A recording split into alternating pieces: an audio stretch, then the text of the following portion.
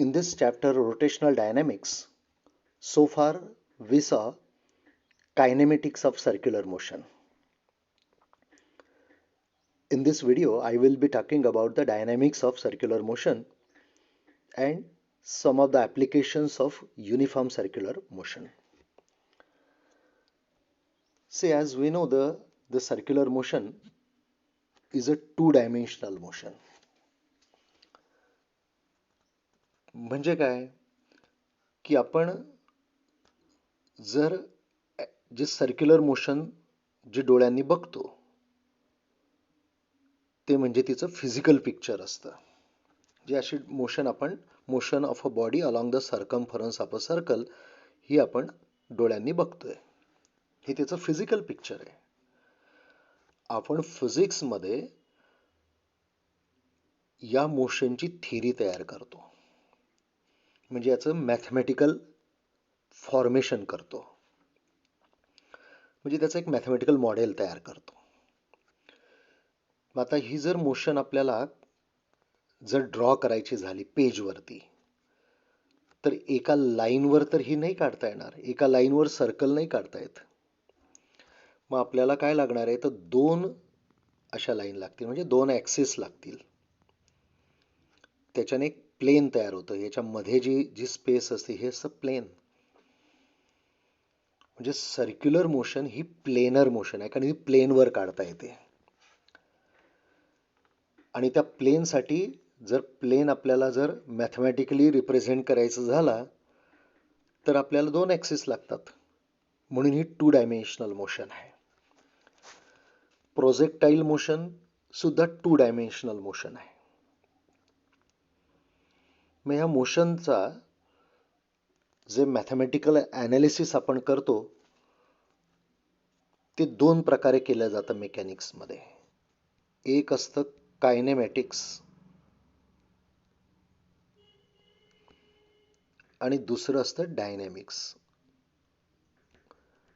आता कायनेमॅटिक्स आपलं कंप्लीट झालेलं आहे. That is a motion, study of motion without considering the cause of motion.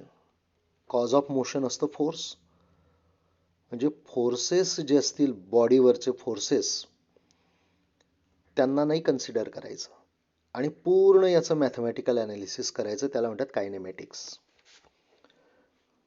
आणि जिथं मोशनचं पूर्ण मॅथमॅटिकल ॲनालिसिस करायचं आहे बाय कन्सिडरिंग द फोर्सेस, म्हणजे कॉज ऑफ मोशन.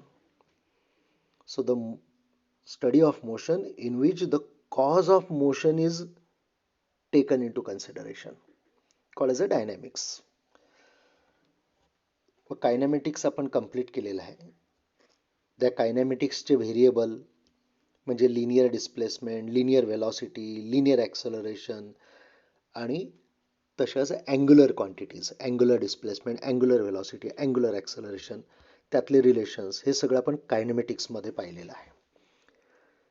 आता डायनॅमिक्समध्ये आपण बघणार आहोत की सर्क्युलर मोशन जी आहे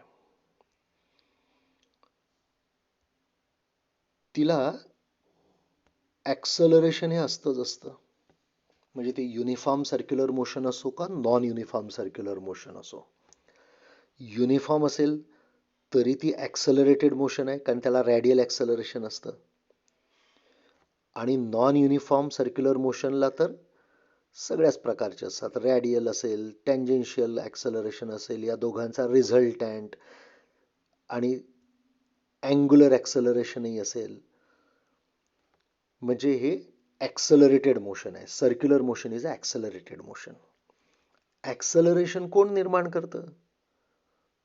तर ॲक्सलरेशन हे फोर्स असल्याशिवाय बॉडी ॲक्सलरेट नाही होत. म्हणजे बॉडी ज्या वेळेला सर्क्युलर मोशनमध्ये असते त्यावेळेला तिच्यावरती फोर्स ॲक्ट होतं.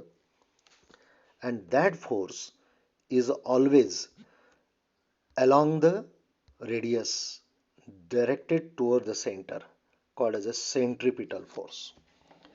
बघा, जर ॲक्सलरेशन त्याचं रेडियसवरती आहे, सेंटरकडे आहे, तर तिथं फोर्स पण तसंच असेल. And that force is a responsible for circular motion. is always along the radius and directed toward the center of the circle is called as a centripetal force. Centripetal force हे आपल्याला circular motion मध्ये सगळ्यात important force आहे. ते प्रत्येक circular motion मध्ये वेगवेगळं असेल. सेंट्रिपिटल फोर्स हे नाव दिलेलं आहे.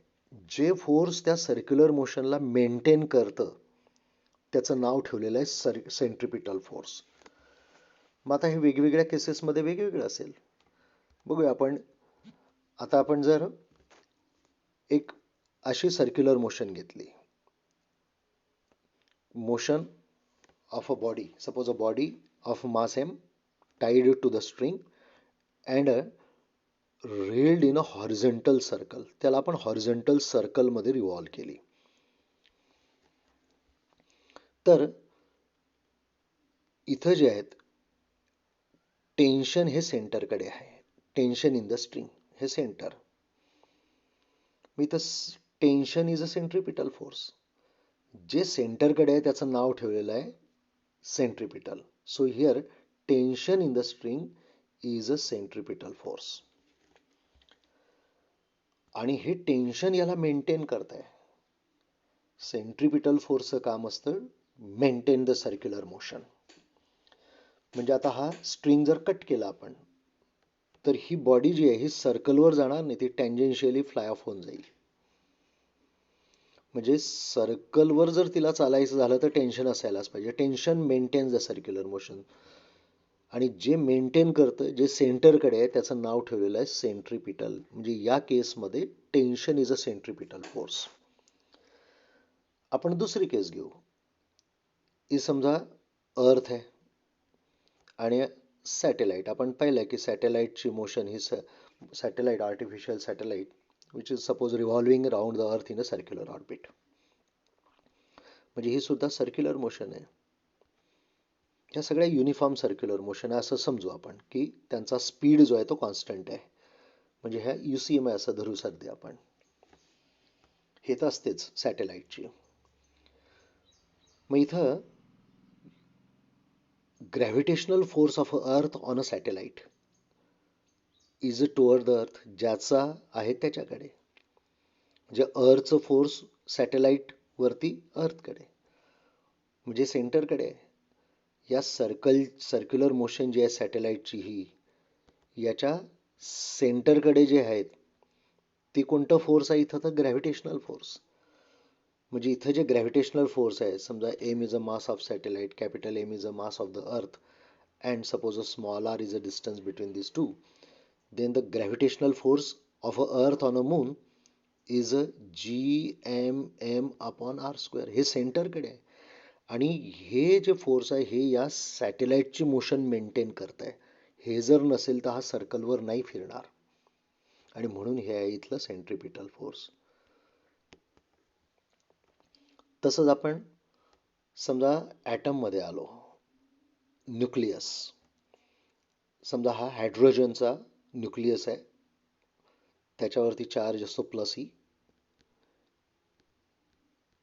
आणि इलेक्ट्रॉन, एकच इलेक्ट्रॉन असतो तिथं which is revolve round the nucleus in a circular orbit.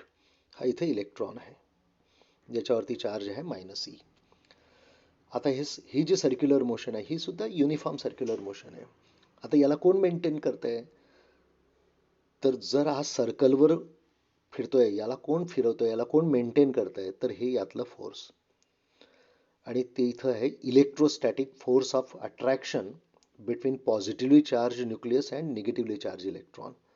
न्यूक्लियसचं force इलेक्ट्रॉनवर हे इकडे म्हणजे ते सेंटरकडे आहे.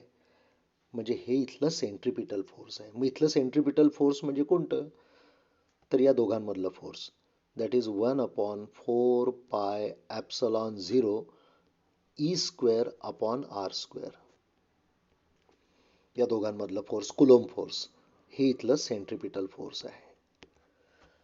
म्हणजे सेंट्रिपिटल फोर्स हे या सर्क्युलर मोशन मध्ये महत्वाचं आहे. डायनॅमिक्स मध्ये आता आपण काय काय करणार आहोत. डायनॅमिक्स मध्ये काय काय स्टेप्स घ्यावे लागतात तर पहिल्यांदा जे बॉडी सर्क्युलर मोशन किंवा मोशन परफॉर्म करते इन जनरल आपण डायनॅमिक्समध्ये बघू. तर पहिल्यांदा त्याच्यावरचे सगळे फोर्सेस प्रॉपर डायरेक्शनने काढायचे. Draw all the forces draw करायचे आणि त्यांच्या प्रॉपर डायरेक्शनने काढायचे. जशी डायरेक्शन असेल तशी. डायरेक्शन त्यांच्या फिक्स असतात, त्या प्रॉपर डायरेक्शन्स तिथं काढायच्या. म्हणजे बॉडीवर ऍक्ट होणारे सगळे फोर्सेस आपण ड्रॉ केले. ते पहिली स्टेप. दुसऱ्या स्टेपमध्ये काय करायचं की आपण कोऑर्डिनेट ऍक्सेस चूज करायचे.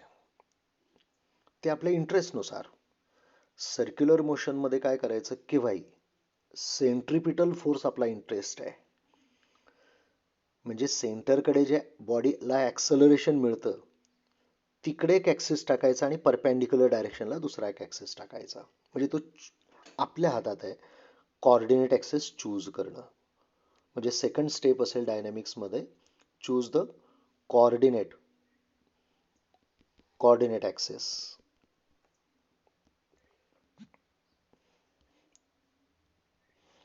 त्यानंतर एकदाचे कोऑर्डिनेट ऍक्सेस आपण चूज केले, मग तुम्ही हॉरिझॉन्टल, व्हर्टिकल, हॉरिझॉन्टलला एक्स म्हटलं, हॉरिझॉन्टल व्हर्टिकल ही फिजिक्स आहे आणि हॉरिझॉन्टलला आपण एक्स ड्रॉ केला, वाय व्हर्टिकलला हे त्याचं मॅथमॅटिक्स आहे. एकदाचे आपण कोऑर्डिनेट ऍक्सेस चूज केले की त्यानंतर जर आवश्यक असेल तर स्प्लिटिंग करायचं फोर्सेसचं. स्प्लिटिंग म्हणजे रिझॉल्युशन. स्प्लिटिंग ऑफ वेक्टर्स आपण पाहिलेलं आहे. Splitting of forces. आपण जे ऍक्सेस जे ड्रॉ केलेले आहेत त्याच्यावर जर एखादं फोर्स नसेल तर त्याला स्प्लिट करून टाकायचा आणि त्याचे कॉम्पोनंट्स तयार करून टाकायचे. हे तिसरी स्टेप.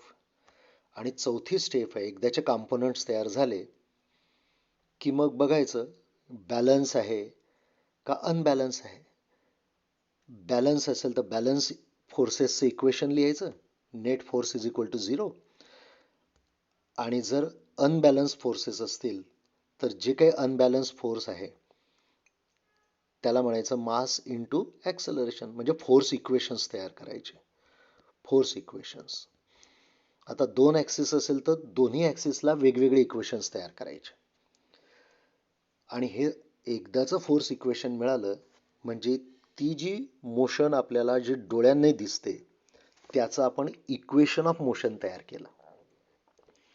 एकदाचं इक्वेशन ऑफ मोशन तयार झालं की आपण त्या मोशनला प्रेडिक्ट करू शकतो, तिचं फ्युचर सांगू शकतो. म्हणजे अशा प्रकारे आपण dynamics of the circular motion बघणार आहोत.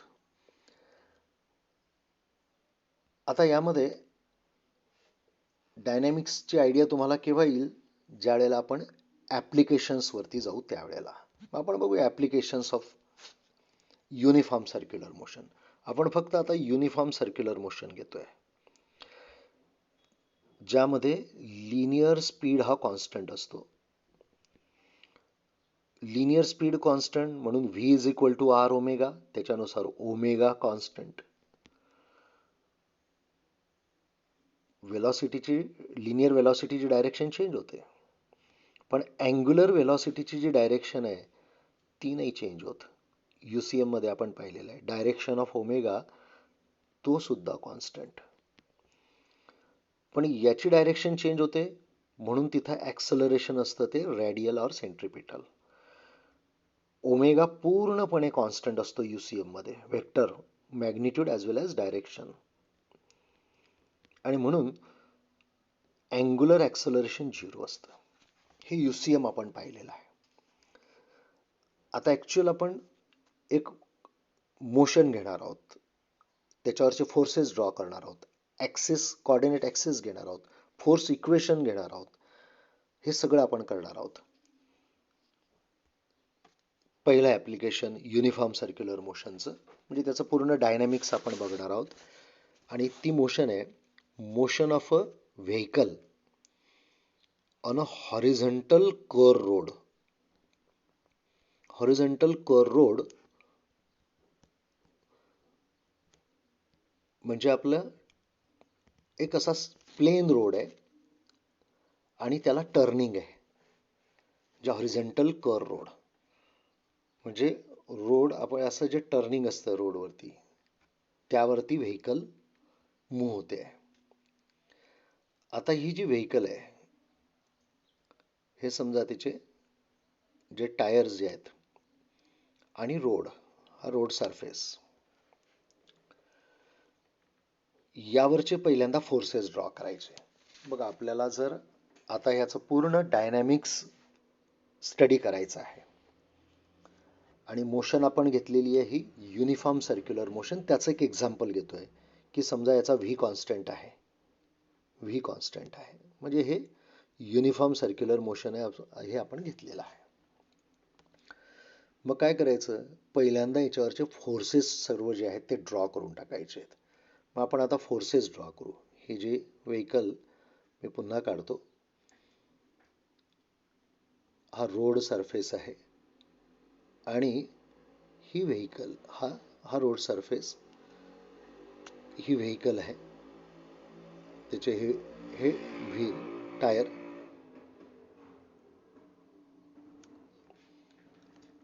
आता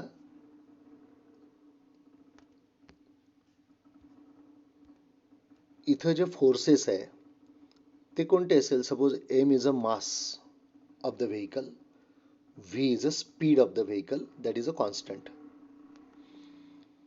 मग याच्यावरती फोर्सेस जे ऍक्ट होतील ते म्हणजे असेल पहिलं M G, it's a weight. Mass असलं बॉडीला की फोर्स ड्यू टू ग्रॅव्हिटी.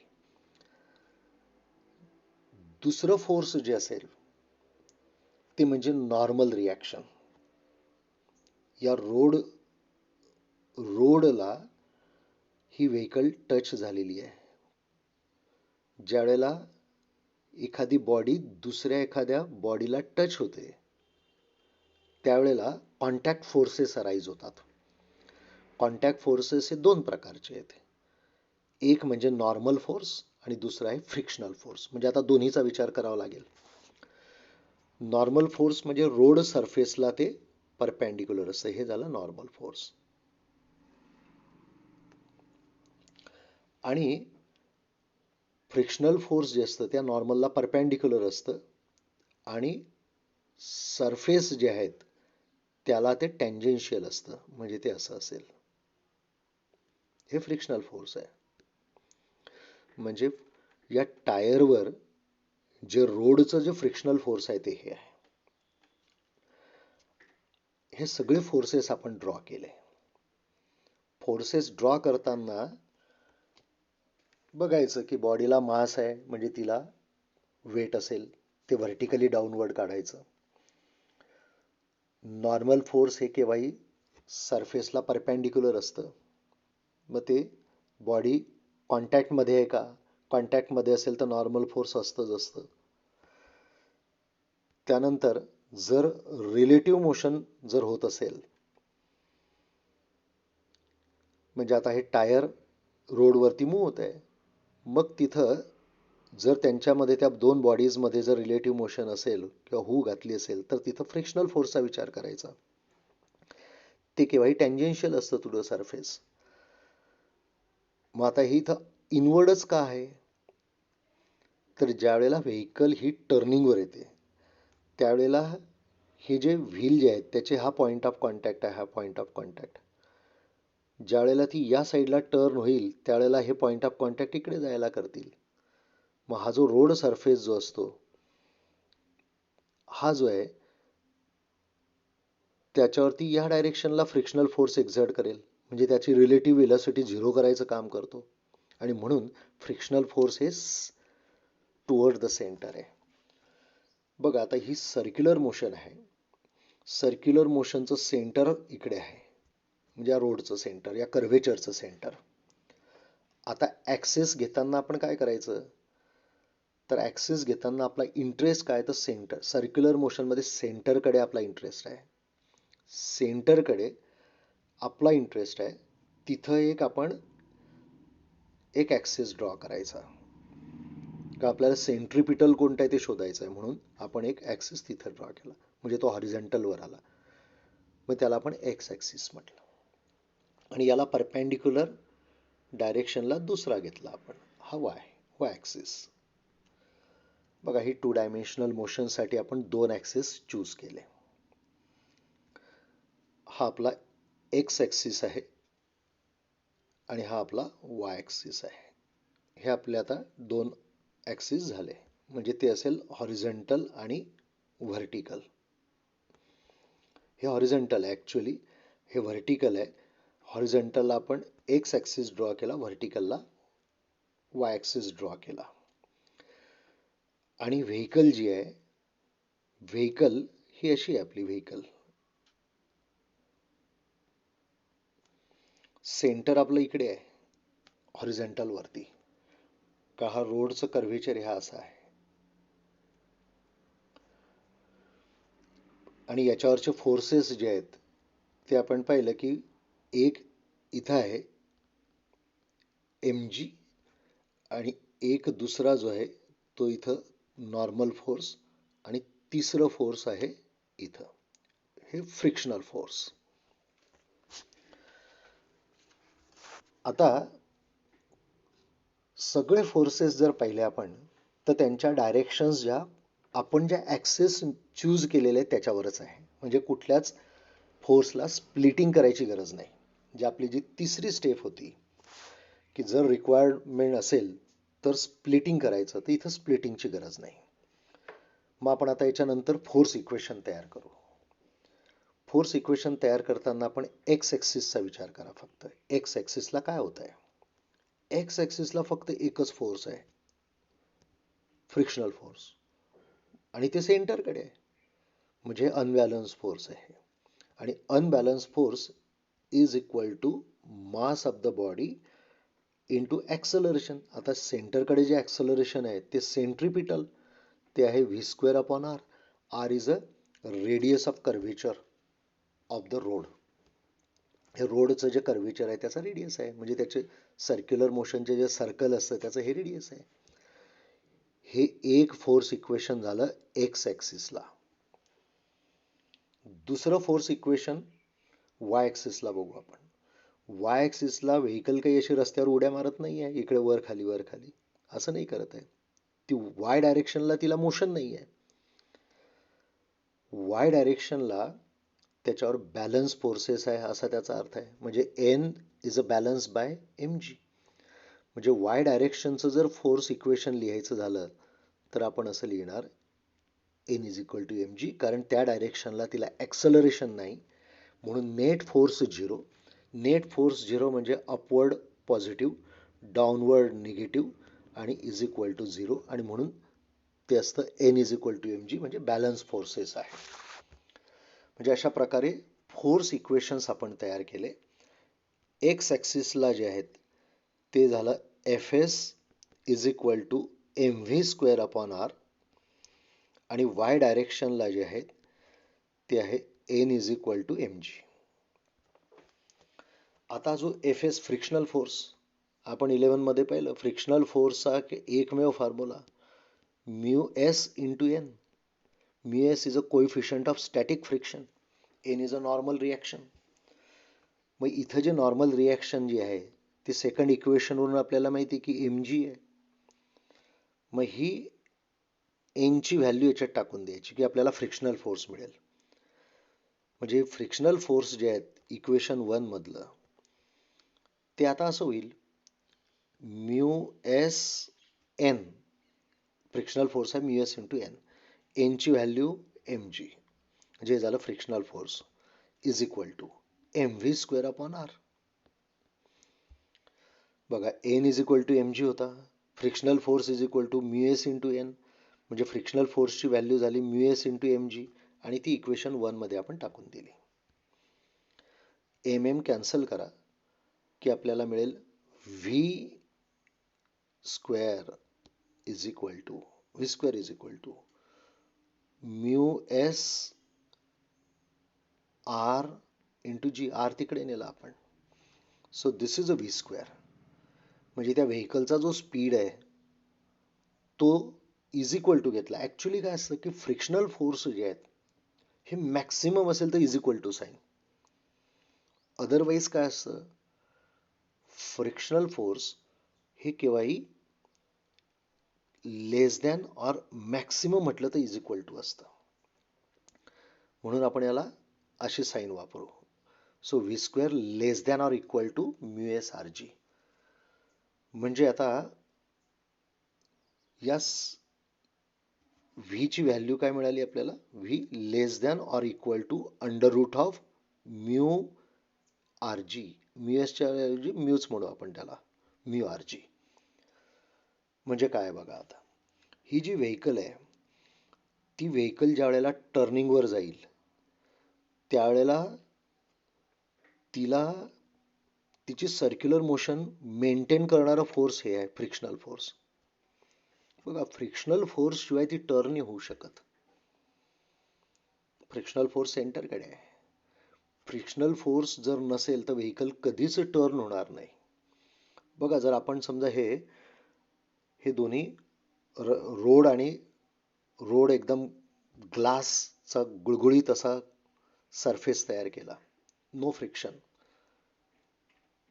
तसंच व्हेकलचे व्हील सुद्धा आपण गुळगुळीत तयार केले, जे सपोज ऑइलही टाकलं त्याच्यावरती, म्हणजे त्याच्यात नो फ्रिक्शन आहे असं केलं आपण, फ्रिक्शन झिरो केलं. तुम्ही बघा, या टर्निंगवर व्हेकल टर्न होईल का, ती अशी होऊच शकत नाही. ती अशी निघून जाईल, सरकून जाईल, स्लिप होऊन जाईल. म्हणजे फ्रिक्शन हे सेंट्रिपिटल फोर्स आहे which maintain the circular motion. मग आता हिला किती स्पीड, आता समजा फ्रिक्शन आहे, फ्रिक्शन असूनही आपण किती स्पीड किती घेतला तरी चालत नाही. टर्निंगवर एक लिमिट असतं, स्पीड लिमिट. त्याचा हा फॉर्म्युला तयार झाला. इज इक्वल टू जर साईन टाकली आपण म्यू आर जी, तर this is a maximum safety speed with which vehicle can be drive along the horizontal curve road. म्हणजे हा जो स्पीड आहे याच्यापेक्षा जर कमी ठेवला तुम्ही व्हेकलचा, तरी तुम्ही सेफली ड्राईव्ह कराल, स्लिप नाही होणार, स्किड नाही होणार. पण हा जर स्पीड तुम्ही वाढवला तर मात्र व्हेकल स्किड होणार. म्हणजे आता इथं आपल्याला एक सेफ्टी स्पीड लिमिट मिळालं, V is equal to under root of mu R G. म्हणजे आपण जर टर्निंगवरती कुठेही पाहिलं तर तिथं सेफ्टी स्पीड लिमिट लिहिलेलं असतं, 20 किलोमीटर पर आवर वगैरे, ते याच्यावरून कॅल्क्युलेट केलेलं असतं. म्यू म्हणजे टायर जे आहेत आणि रोड सरफेस याचा हा फ्रिक्शनल कोइफिशियंट आहे. हा म्हणजे सगळ्या भारतामधले रस्ते जे आहेत एक तर कॉन्क्रीटचे असतील किंवा टार रोड असतील, आणि सगळ्या ज्या व्हेकल्सचे जे व्हील आहेत ते एकाच मटेरियलचे असतात. म्हणजे हा म्यू जो आहे हा वेगवेगळा व्हायला नको म्हणून तसं असतं.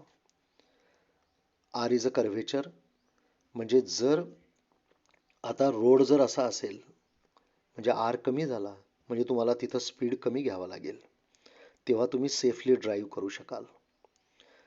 म्हणजे अशा प्रकारे आपण ही जी मोशन आहे याचं डायनॅमिक्स पाहिलं. बघा, dynamics of the one of the uniform circular motion, and that motion was the motion of a vehicle moving along a horizontal curve road. Okay, we stop now here.